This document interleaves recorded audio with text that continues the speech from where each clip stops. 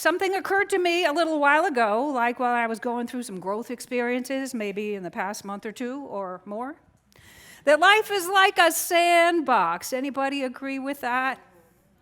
Look at those kids, man. They know how to have fun. I could just say all we need to do is remember that kid inside that already knows how to get along and have a good time, with dirt and a bucket or a stick, anything, and leave it at that, and we could all go home. So life is like a sandbox. And what I was thinking is that when we understand a little bit about how life in the sandbox works, we can have more fun. And so can everybody else playing in the sandbox with us. And one of the things about the sandbox, just like I found on Canva some really awesome variety of kids playing in the sandbox, is that we got some serious variety. And this is a great thing. This is a vitally important thing. We are not all alike, and we're all in there together to help each other learn and grow, not just because we should, because there is infinite possibility in this sandbox. And the way that we get to all that good is together, from learning together with one another. So check this out. This stage used to have, there used to be a smaller stage here, which I got to inherit and take off to use. Breezy was there with us one of those years. The original stage from the cornfield went with the Wisdom Center all over the place. So in a similar spot, in this building in 2001, I was ordained by Barbara and John as a Science of Mind minister, right here. And one of the weird things that I remember about that time was this. Rolling Stone magazine had just announced that Asheville was the freak capital of America. Yeah, woo! Can I hear an amen for that? Okay. It doesn't stop there. New Age magazine said that Asheville was the new age Mecca or the new Sedona. All right? Now hold on to your hats, because if you're of a certain age, you're going to like this last one. And it didn't really faze me back then, except for I thought, how interesting. I think maybe somebody might have written about this in Mountain Express, or then again, I just dreamed it. AARP also listed Asheville as one of the top 10 places to retire. So think about that. Our sandbox is full of freaks, new agers, and retirees, and some of us proudly check all 3 boxes, right? And if we don't, we will. I just turned 60 on my last birthday, so now when I go to Earth Fair and the other grocery stores, they're like, you get a discount. Of course, AARP starts mailing you, early. Anyway, I'm proud to say that I'm a little bit of all of those things, but I hide it. I get freaky on Halloween for the Rocky Horror Picture Show and dress like a punk and whatever, crazy stuff, and then go back to being all the Miss Goody Two-Shoes. So, but it's in there. Okay, so we got that. Now, there's something that all 3 of these groups, and really every person on the planet, has in common. And that is a desire for freedom. Think about it. We're going to go back to our wonderful sampling just because it makes this life lesson so much more fun and interesting. A freak, okay, is someone who intentionally lives outside the bounds of normal convention. For what purpose? To explore his or her or their freedom. Makes sense? Okay. How about a New Ager? A person who is interested in getting spiritual direction and guidance in unconventional ways is doing what? Exploring their freedom. Guess what? That is how the New Thought movement got started. A bunch of free thinkers in New England that decided we don't need a middle person. We're going to study this stuff and we're going to use it to heal and we're going to do whatever we want. And they did. And they healed. And they told us what they did, and they wrote it down. It's the greatest soap opera, the greatest history lesson, and one of the most empowering movements there's ever been and still is. So there's this thing called the law of freedom, which I'm going to tell you about a little bit today, which makes it possible for freaks, New Agers, retirees, all of the above, and everyone else to have success in the sandbox of life. And this is something that a lot of us mention. Practitioners mention it when they're speaking and treating, and we hear it in classes. Ministers mention it. It's certainly in the textbook. But here are a couple of things about it. I had too many to choose from, and so I'm going to give you a little precursor to this. The law of freedom, one of the things that it says is that this is a do-it-yourself universe, and that we are given everything by the infinite, and yet we are left alone to discover it for ourselves. And if we weren't, we wouldn't be free. So I got to tell you, I thought, what the heck? I'll just spend a little time every day this whole past week immersing myself in the law of freedom to see if I can condense it down and simplify it a little and just deliver it with a quick one-liner. It's not going to happen. And guess what? If I did that, it would not be a gift to anybody here. I had to laugh because I remember cramming for class. Before class in the cornfield, I go to the gym where CVS is now in the UPS store. And then I would go to Earth Fair, to the salad bar, and I had my textbook with me, and I'd sit there shoveling food in my face and reading, in classes in a couple minutes. I'm trying to understand it all right before I go, of course. Well, let me tell you, even if I had studied ahead of time, that was 25 years ago, and I'm still working to understand this thing. So the deal is about the law of freedom is that nobody is going to figure it out for you. There's that line in Buddhism that says if you see the Buddha on the road, kill him. No, that's a little extreme. But the point is anybody claiming to have all your answers is mistaken. So one of the things about the law of freedom is that we must discover things by ourselves so that we can get them, so that we can understand them, so that we can embody them, because then they become our new normal. They become law in our lives. I know I've even used those words on this stage maybe the last time that I was here. So it wouldn't work then if I said, hey, Breezy, I got it all figured out. Why don't I just tell you what I know about what you need? Well, she might be nice to me, thank goodness, because we know each other. But when you walk up to someone and offer them free advice about what you think they need, not only are you way off the mark, but you might get a black eye or lose a friend, right? Now, here's the other side of that. Sometimes we just say, oh, will someone please tell me what to do, right? Oh, I don't know. What do you think? Oh, you see how my shoulders drop down and I'm like Eeyore? Don't do that either. We don't need to bypass what Spirit has set up and get in the way of each other's opportunities to learn and grow and really get things and be freer and access more of what is possible. It's a good temptation to resist. I don't know what you need. You don't know what I need. So let's accept that and get back in the sandbox together and see what happens and have some fun. There are tons of quotes about freedom that I was going to share with you, and I'm just going to read these first two right now. Individuality means self-choice, volition, conscious mind, personified spirit, complete freedom, and a power to back up that freedom.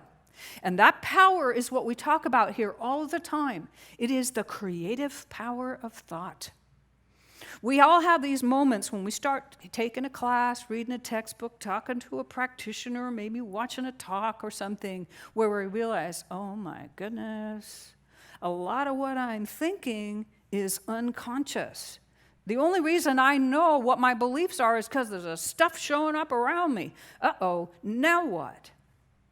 It's sort of a happy, sad moment because you realize the responsibility is with you, but you might need to be more self-aware, more selective, and use the law of freedom in your favor to have things stop feeling like one long accident. How much of this infinite good is ours? All of it. And how much of it may we have to use? As much as we can embody. That embodiment is that absolute knowingness. So, let me just tell you this. If you get a textbook, if you get a concordance, or if you get crazy and just go on a massive hunt, there's a lot about the law of freedom here. But the basics are this, that the sandbox of life is like this thinking stuff. We are immersed in it, we are surrounded by it, and what it does is it responds to the thoughts that we put into it, the impresses we make upon it, and it takes shape and form accordingly. It never takes a vacation. It operates whether we are self-aware or not, whether we are conscious or not. And the key to freedom is that conscious mind has power over, for lack of a more complicated way to say it, the subconscious, or we call it subjective. And what this means is that you introduce a thought on purpose, and the law of cause and effect gets to work and makes a new thing out of that thought, out of that pattern. And so instead of life happening to us, we start to create it deliberately by using this law. It's in the very beginning of the textbook. It's in the very beginning explanation and the introduction of how it works. Excellent stuff. Okay, so we're not going to stop there because this is also what we call a spiritual psychology. And I want to share something cool with you. Don't you like that, Jude? See? Mm-hmm. This is from a book from Gay and Kathleen Hendricks. They're PhD psychologists. They're best therapists in the universe, or at least in this hemisphere. And they wrote, among other things, they wrote The Big Leap. They wrote this book called Conscious Loving. Highly recommend it. And sidebar, if you can still get your hands on the July issue of the Science of Mind magazine, Dr. Jim Lockhart made 31 daily guides I would keep around as a reference for living in the sandbox and doing relationships on this planet. Really good stuff. So this is the Lasso Principle. It says, let me see if I can get part of my notes on this one. One of the least understood aspects of relationships is what we call the Lasso Principle, and I'll move on to what it is. When it comes time for us to resolve a particular issue in our lives, we lasso someone to work it out with. We pull someone in who has an interlocking issue that will complement ours. Isn't that sweet? Uh-oh. That's one of those uh-oh moments, you know, where the gift and the other part are both part of the package. But think about it. If you got up and went into play in the sandbox of life every day knowing, I'm going to probably meet some people, maybe today, maybe it'll be tomorrow, who have some complementary beliefs with me. And I can either say, well, that's it. I don't like that person. I'm just not going to play in that sandbox anymore. Or I'm going to try to kick them out, you know, the kind of arrangements we try to make. What if you said, underneath this discomfort, I can remember and I can look for this concept that somewhere in the fact that we did come together is some kind of a constellation, some kind of a matrix, some kind of a pattern that's there to help us both get life a little bit better. Could you take a deep breath and maybe go to a compassionate communication workshop? Maybe just say, according to this little manual here, I'm just supposed to offer empathy, ask them to tell me more, and see what happens, and don't leave the sandbox. What happens is when you lean into life and say, there's probably something good in this for me, even with, that person, that gift becomes obvious. It becomes recognizable. It becomes evident. And even if you're not good at it, because I'm not good at it, if I practice doing these things that they say will avoid conflict and promote growth, just like listening, not interrupting, not finishing someone's sentences for them, maybe reflecting back what I think I heard, maybe just having an ounce of compassion, even if I'm not really sure what that is. All kinds of cool stuff can happen. Walls dissolve, barriers disappear, fun appears. So this Lasso Principle reminds us that not only are we all operating under the law of freedom, also we are pulling people into our experience with purpose. Now, this is not just some outside kind of destiny thing. This goes perfectly with our teaching. Because they go on to say that instead of having your relationships and your experiences governed by the unconscious, unchecked, they can be consciously created on purpose by your choice. That's what we do with the law of freedom. That's what we do with everything that we learn here. So we got that. And see, what happens in the end is this. I'm going to go back here. When we go back and realize in every moment, life is just a sandbox, and we remember some of the things that we've learned about being in it, because we've been here for a few decades now, right? We know a thing or two. We can remember that. One of the things that we can do is lighten up. We can get in touch with the kid within that doesn't take everything so darn seriously. And whatever 101 is to us, about whatever we've learned that's based in truth, hang on to it, bring it with us. We're going to have a better time. And when we can remember and embrace that we're not all the same, isn't that cool? We might like different flavors of ice cream. We can still love each other. There was one of the Science of Mind ministers out in Seattle. She posted that she likes peanut butter and pickle sandwiches. And someone else, another minister, had this emoji of this little, barfing thing. It said, "Ew, but I still love you." We can do that, right? There's room enough for everybody, and we need variety. That's what makes us beautiful and interesting. And then the law of freedom. There's so much more to learn about it, and what I would suggest is that you come to this class that's going on because you will learn something about it. Keep coming back on Sundays because you'll learn something about it. Read the Science of Mind magazine because you'll learn something about it. Visit with a practitioner because what? You'll learn something about it. And come to a class in the fall called Foundations or whatever it turns out to be, because you will definitely learn something about it there. Why is this so important? Sometimes I just want to give a talk that says, who was this Ernest Holmes guy anyway, and what does he have to do with anything? We don't worship the guy. He just read a lot, asked a lot of questions, got a reputation for that, found out a lot of stuff, put it all together, shared it, it worked, and the rest is history. That's why we're here. Because we like to be free thinkers in the sandbox of life. We like to find answers. We like to access more of what is possible for us. Let me tell you another thing about the law of freedom. It is designed such that if I claim my freedom while harming or hurting another, I am not truly free. The consequences of being an SOB or whatever in the sandbox are that whatever we put out comes back to us. We're not truly free until we can live in such a way that we hurt and harm no one. Good stuff. That's the kind of thing they try to teach us when we're children. And there's so much more about this.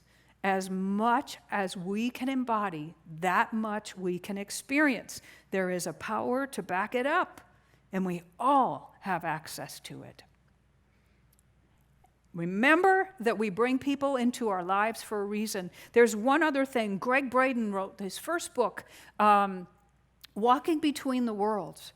Beautiful spiritual revelation about a soul's unconscious agreement to be willing to play interesting roles in our experience that offer contrast, because it is in the contrast, this sounds like Abraham too, that we develop awarenesses and trigger the expression of capacities we never would have otherwise accessed.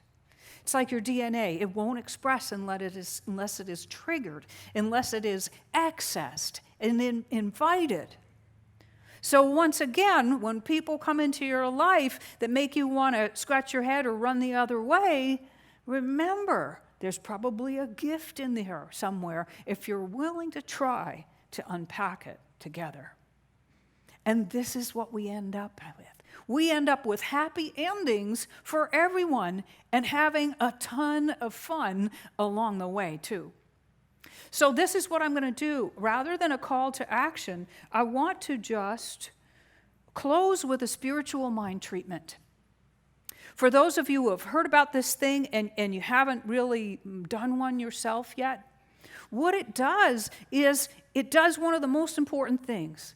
It reminds us that Spirit, Creator, the I Am Principle, the all it is all that there is. Ernest Holmes, that guy, says if you know nothing else, that God is all there is and you are one with God, and we use different words now, you got it handled. The rest will take care of itself. So in this 5-step treatment, what we do is we remind ourselves of the allness of Spirit, and then we remind ourselves of our origin in it, our makeup as it, our relationship to it, and then we say, well, therefore, since that's so, then this thing in front of me is all that, and so is everybody involved.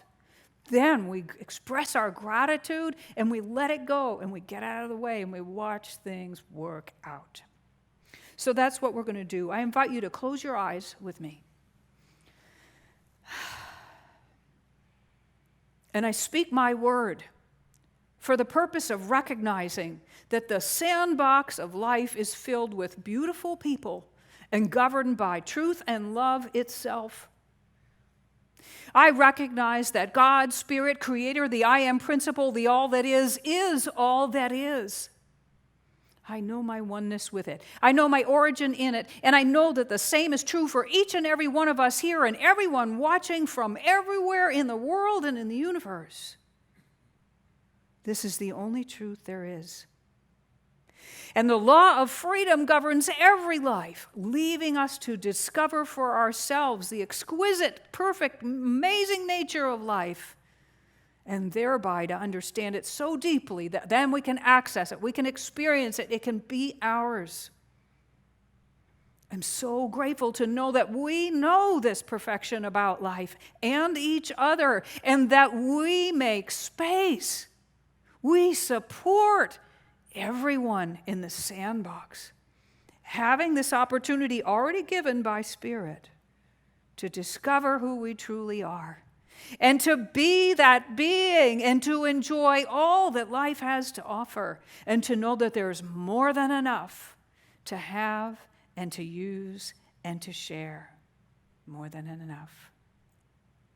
And so with a grateful heart, I release my word, knowing that this is so, and together, as we open our eyes, we say, and so it is. Have a great day in the sandbox, people. I love you.